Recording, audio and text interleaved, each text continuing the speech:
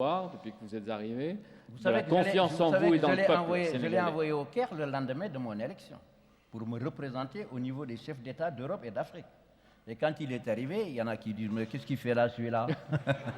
Mais il a dit « Je viens représenter le président de la République du Sénégal. » Autrement dit, le chef de l'opposition aura, après la nouvelle constitution, le droit de Absolument. s'asseoir à votre table et Absolument. d'être consulté de temps en temps. Absolument, il aura le statut du chef de l'opposition. Je n'ai pas la prétention de faire comme au Canada, mais pour moi, mon modèle, c'est le Canada. Mon modèle, voilà. Ouais, c'est un rôle rêvé d'être chef de l'opposition chez vous. Monsieur le Président, est-ce que vous avez une obsession chaque jour pour ne pas décevoir ceux qui vous font aujourd'hui encore, et pour longtemps sans doute, cette Ouais, confiance? Tout à fait, mais je n'ai pas d'inquiétude parce que j'ai lancé des actions et je suis tellement sûr de mon fait que je suis sûr de pouvoir de ne pas décevoir les Sénégalais. Alors, Monsieur le Président, la Cité de la Réussite, naturellement, est heureuse et fière de vous recevoir aujourd'hui, mais elle veut aussi remercier celui qui a permis d'accueillir le président du Sénégal ce soir. C'est un jeune Sénégalais qui est jugé par l'équipe de Sylvain Kern très courageux, surtout d'une extrême gentillesse et efficacité. Les organisateurs veulent remercier, s'il est là qui se montre, on le voit tous, Ibrahima Kondeto Niang. Voilà.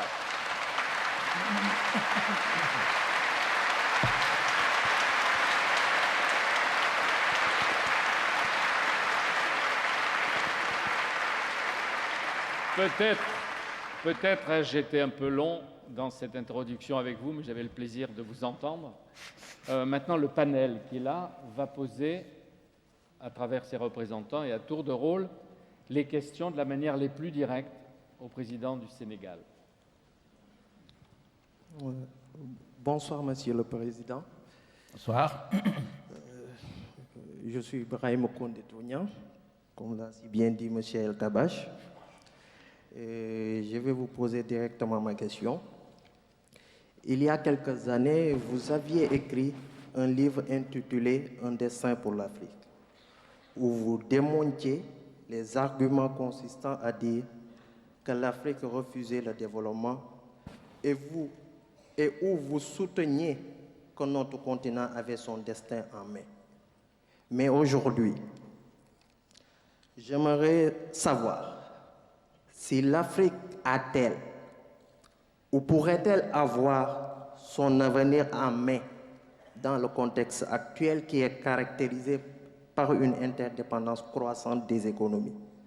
En effet, le processus que l'on appelle de nos jours la mondialisation ne génère-t-il pas des incertitudes supplémentaires qui rendent l'avenir de notre continent moins prévisible?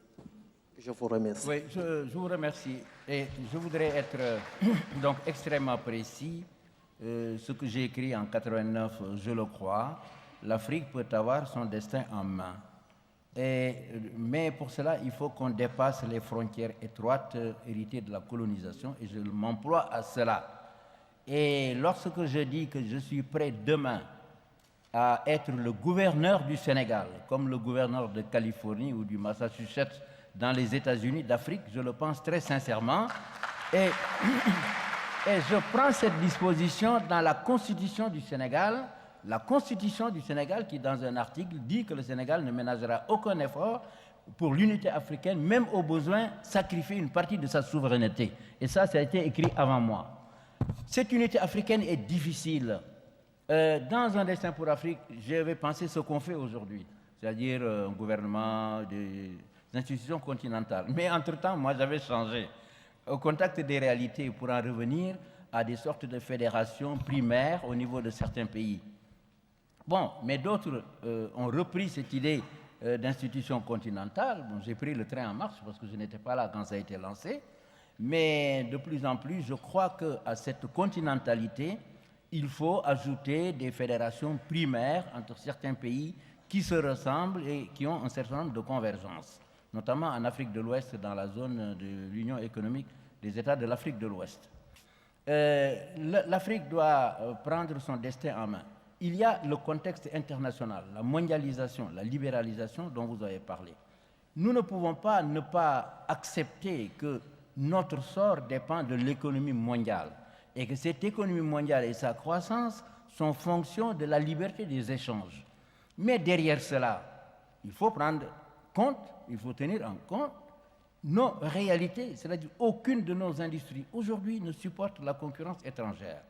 La meilleure de nos entreprises a un marché de 300 ou 400 000, 500 000 consommateurs. Comment voulez-vous faire la concurrence à des entreprises étrangères qui ont des millions de consommateurs? Donc tout le problème est là. Ne pas refuser la mondialisation, ne pas refuser la libéralisation, mais arriver à imaginer, par exemple, il y a des possibilités, n'est-ce pas, pour nous, nos industries, de trouver des alliés sur le plan international pour des joint ventures, n'est-ce pas, pour être des industries puissantes. Sinon, les industries africaines risquent de disparaître. Ce n'est pas du tout de la protection, mais simplement de savoir que nous allons dans la même direction, mais selon des pas différents. Alors, la mondialisation. La mondialisation, heureusement que, à Seattle, la France, l'Europe a considéré qu'il y avait des spécificités européennes dont il faut les tenir compte, mais nous aussi, nous devons faire la même chose. Mais il y a une négligence des États africains. Au moment où on discutait les accords de Marrakech, les États africains considéraient que ce n'était pas tellement important, n'est-ce pas, qu'il s'agissait de problèmes très généraux, et en réalité, on ne s'est pas battu à ce niveau-là.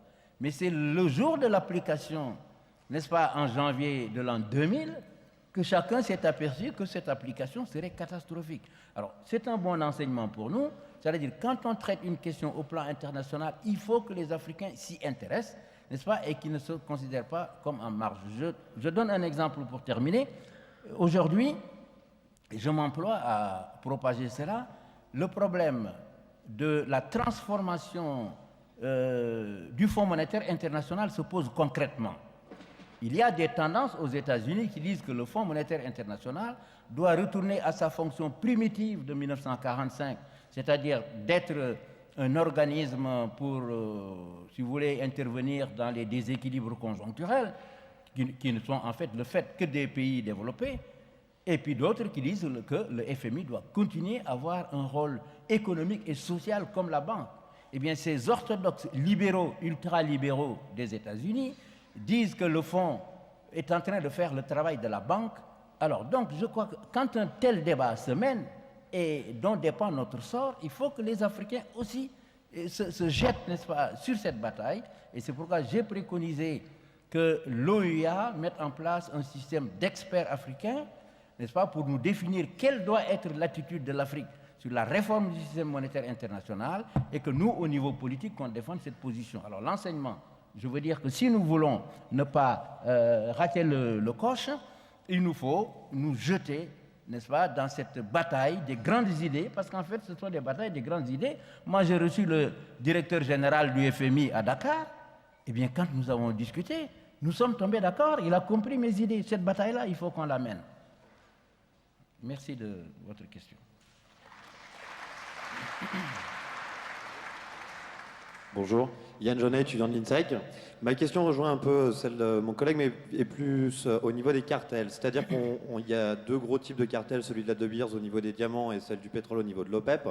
L'Afrique a énormément de ressources agroalimentaires de base ou minières. Vous ne pensez pas que le développement économique passe par la constitution de cartels ? Voilà. Vous savez, d'abord, le malheur peut-être de certains pays africains, c'est d'avoir du diamant et du pétrole. C'est très curieux, mais voyez, la Sierra Leone, voyez la République démocratique du Congo, ou même des pays voisins sont venus occuper un territoire pour exploiter du diamant. Le pétrole, c'est pareil. Les pays qui ont du pétrole, c'est l'Angola, c'est le Congo de Brazzaville, et c'est un peu le Sénégal avec le pétrole de la Casamance. Donc, finalement, on se pose la question de savoir s'il est intéressant d'avoir des diamants et du pétrole, puisque de toute façon, on ne vous laisse pas en paix, on vous amène la guerre, et finalement, vous ne pouvez pas en bénéficier. Bon, c'est une boutade.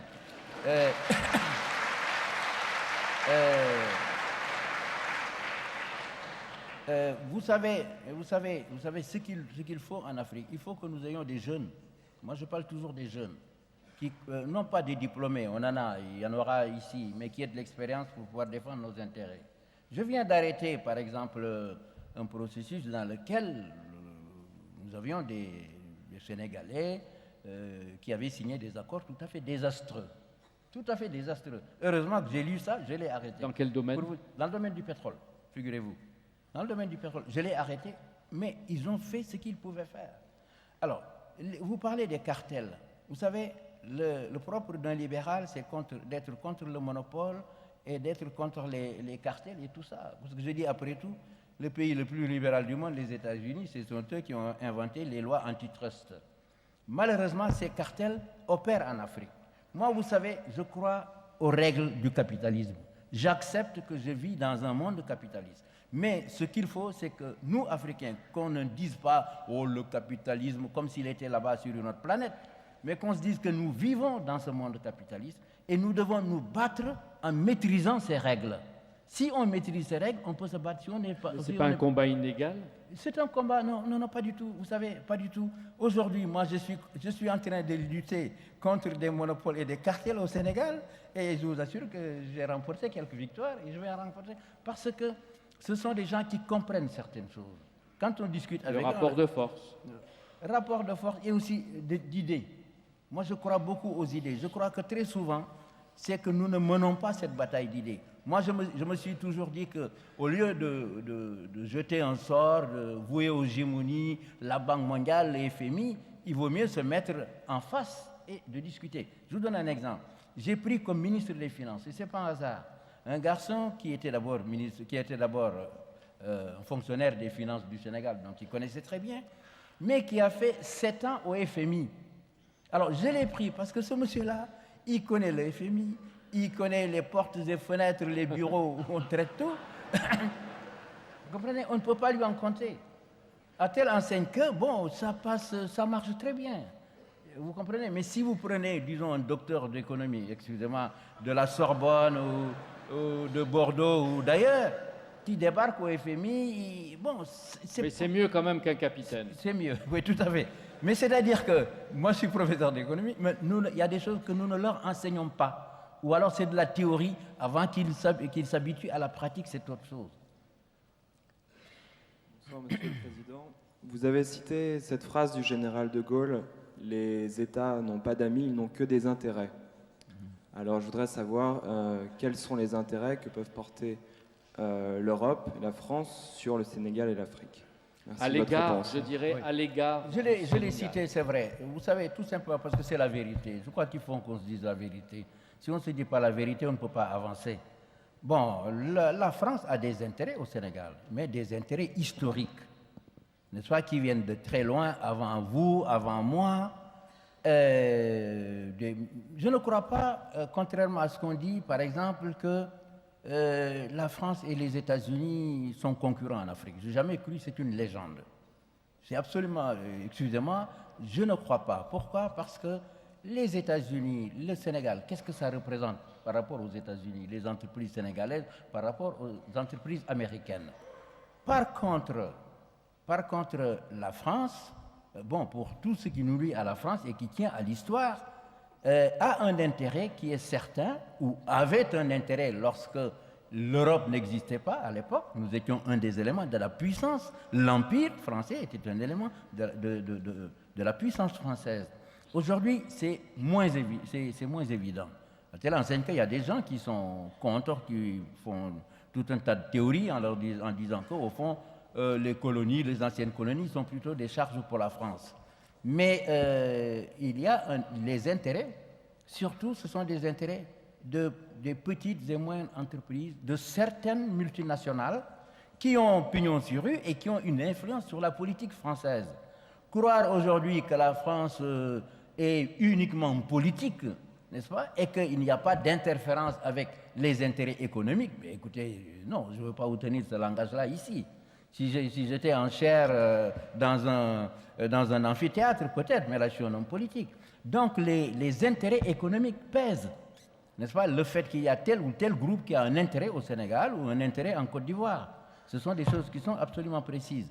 Mais c'est dans le domaine de l'ordinaire. Alors, nous, comment nous pouvons réagir contre cela? Mais je pense que la façon de réagir, c'est de défendre nos intérêts n'est-ce pas? Et de ne pas nous dire simplement, parce que monsieur Untel, on suppose qu'il y a la France derrière, il y a les États-Unis, etc. À telle enseigne que chaque fois qu'on me dit la France pense ceci, la France pense cela, je dis quelle France? Parce que moi, il y en a beaucoup de France. Il y a la France de l'Élysée, il y a la France de Matignon, il y a la France du Quai d'Orsay, il y a la France de cela. Et alors, si vous permettez, comment vous y retrouvez entre toutes ces franges? Comment je m'y retrouve? D'abord, moi je privilégie les intérêts du Sénégal.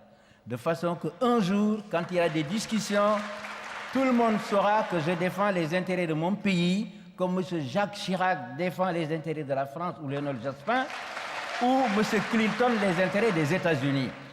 Moi, je ne suis pas un frileux. Je pose ce problème au départ et je m'entends bien avec Chirac, je m'entendrai avec Clinton, je m'entendrai avec tout le monde. Mais il y a des gens qui viennent, qui vous proposent des projets ou des choses en disant « Oui, Chirac est au courant, etc. » Avec moi, ça ne marche pas.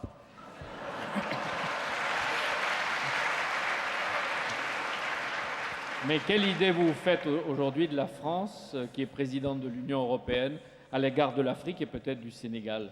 Et est-ce que ce qu'on raconte est vrai, Monsieur le Président, que les Américains, de plus en plus, d'une manière un peu subreptice, s'intéressent à l'Afrique?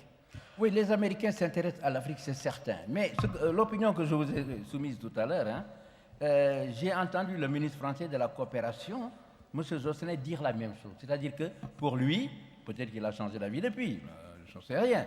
Mais en tout cas, l'ambassadeur de France doit le savoir. Peut-être, il m'a exprimé que pour lui, il pensait qu'il n'y avait pas d'opposition d'intérêt entre les États-Unis et la France dans un pays comme le Sénégal. Mais les États-Unis n'aspirent pas à, je pense, franchement, à occuper la même place que la France. Au demeurant, la France, sa position est irremplaçable. Pour des raisons, pour des raisons subjectives.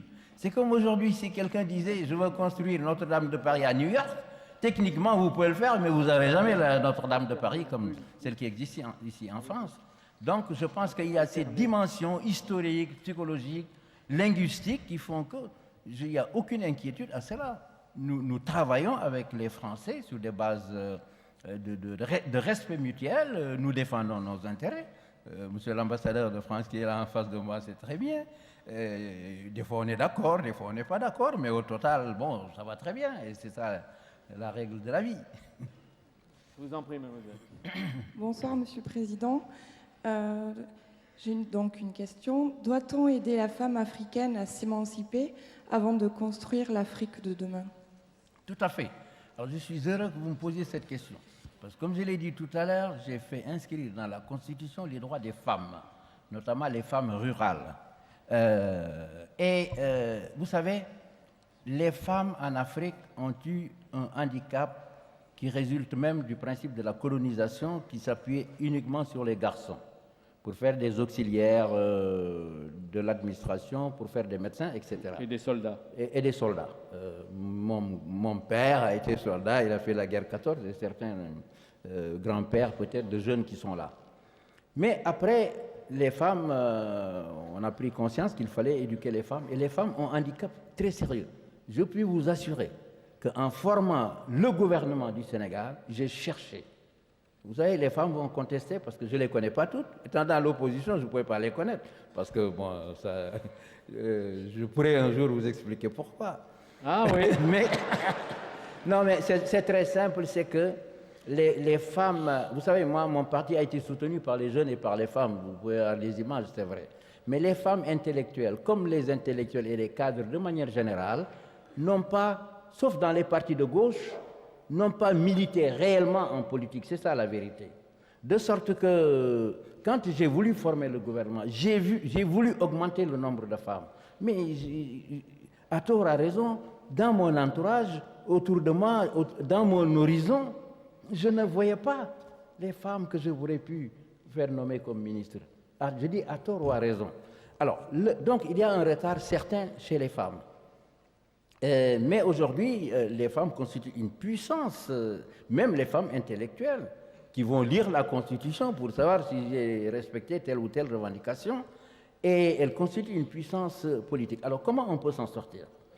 On peut s'en sortir, à mon avis, de la manière suivante. J'ai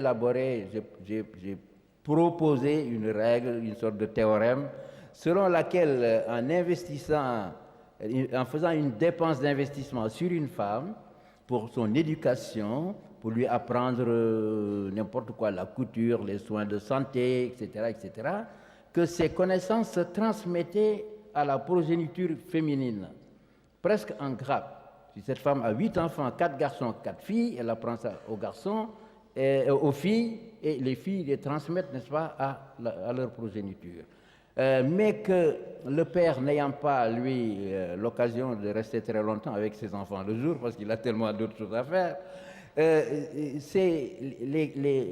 éléments d'éducation qu'il transmet, n'est-ce pas, se transmettent de façon linéaire. Alors j'ai élaboré un principe, ça vaut ce que ça vaut, mais c'est une image, que la dépense dans l'éducation du garçon se propage selon une progression arithmétique, et que la dépense chez les femmes progresse de façon géométrique. C'est-à-dire qu'il vaut mieux, pratiquement, dépenser aujourd'hui chez les femmes, je parle en économisant, que chez les garçons. Et qu'en investissant, par exemple, plus du budget, les 2/3, n'est-ce pas, sur les garçons, on rattrape plus facilement le retard de l'Afrique qu'en faisant une égalité. Alors que la règle est tout à fait inversée. Si vous regardez par exemple les boursiers du Sénégal, vous avez quoi? Vous avez peut-être 1/5 de femmes. Donc il faudrait investir plus dans l'éducation des filles que dans l'éducation des garçons. Mais comme me disait quelqu'un, il m'a dit qu'il ne faut pas trop en parler parce que tu risques de perdre des voix aux élections. Mais non, les hommes suivront les femmes quand ils iront voter, Monsieur le Président. Mais est-ce que je peux vous demander si la nouvelle Constitution maintient ou interdit la polygamie? Non, la nouvelle Constitution ne se prononce pas sur la polygamie, parce que la polygamie est une institution traditionnelle très complexe. Mais nous avons offert aux jeunes filles, la possibilité de contraindre le mari, pendant qu'il est jeune et amoureux, à signer qu'il ne prendra pas une autre femme. Maintenant, ça c'est...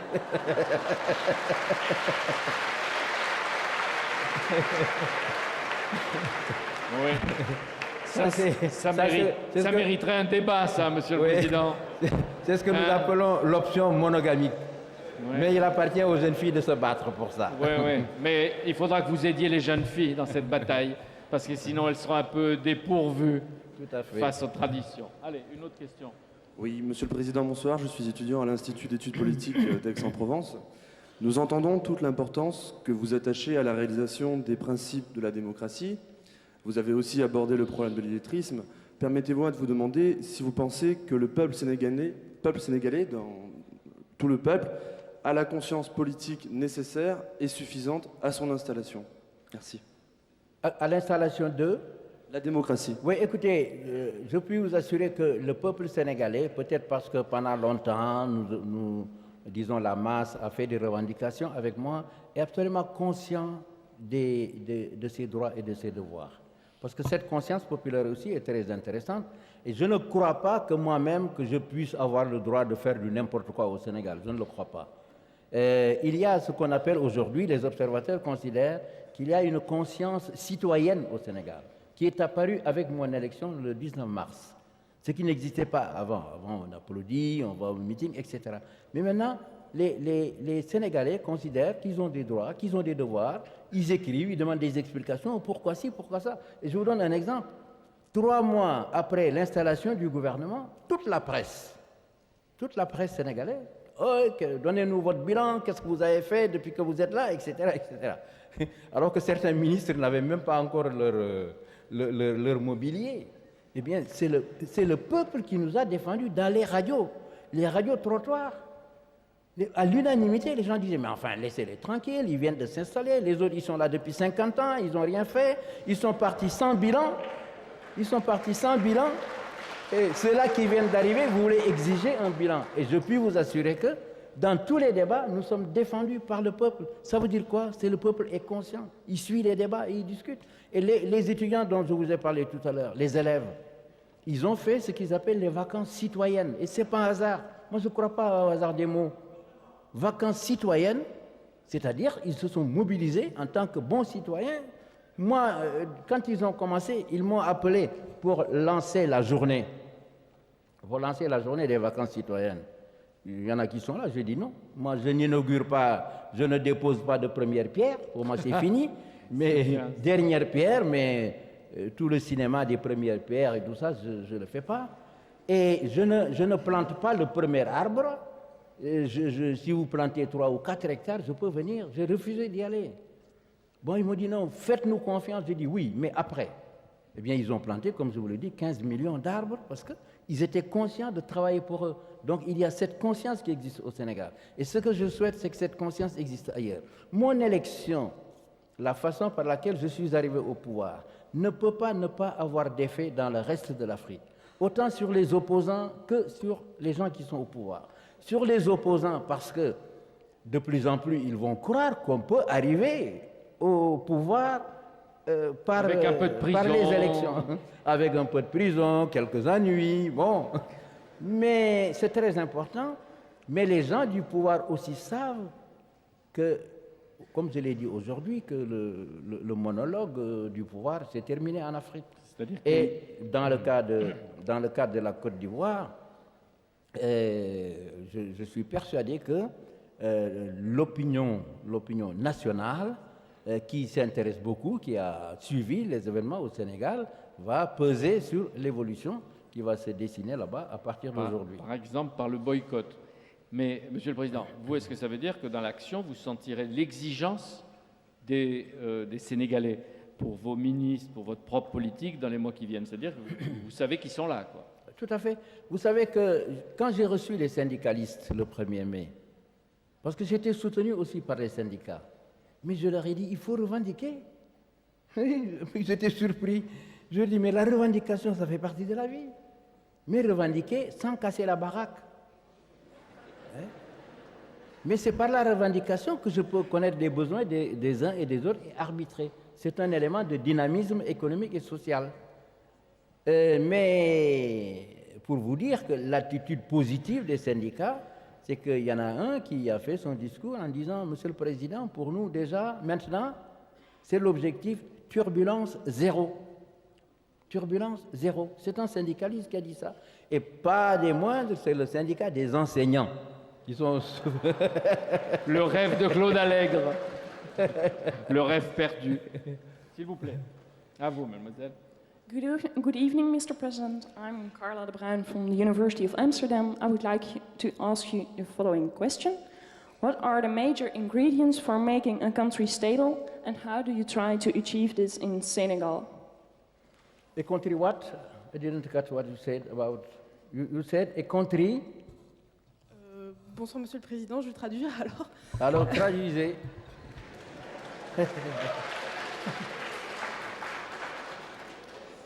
Donc la question était quels sont les principaux ingrédients pour stabiliser un pays et comment faites-vous pour essayer d'atteindre cette stabilité au Sénégal? Bien, est-ce que je réponds en anglais ou en français? Non, en français, parce qu'après il faudrait traduire et puis je sais bon. pas, si Alors, donc, vous savez, c'est vrai, il y a un problème de stabilité. Mais la stabilité, comment je compte l'assurer? D'abord, j'ai été élu à 58%, ce qui est important. Ensuite, je vais faire un référendum populaire. J'espère faire mieux que 58%, ce qui va consolider donc le régime. Et au-delà, nous allons faire des élections législatives. Et ces élections législatives vont, je l'espère, nous donner une majorité à l'Assemblée nationale. Donc, sur ce plan-là, la construction est solide. Mais de l'autre côté, je vous ai dit tout à l'heure que j'organisais l'opposition. Je ne veux pas que l'opposition soit tenue en marge ou ignorée, mais le dialogue avec l'opposition, la reconnaissance officielle de l'opposition avec ses droits et en instituant un chef de l'opposition, ce dialogue démocratique permet la stabilité, mais une stabilité dynamique où tous les problèmes se traiteront par le dialogue. Est-ce que je peux demander à quelqu'un que vous connaissez déjà, qui est maintenant champion du monde de Scrabble, de vous poser une question? On va d'abord l'applaudir, lui, parce qu'il est bon.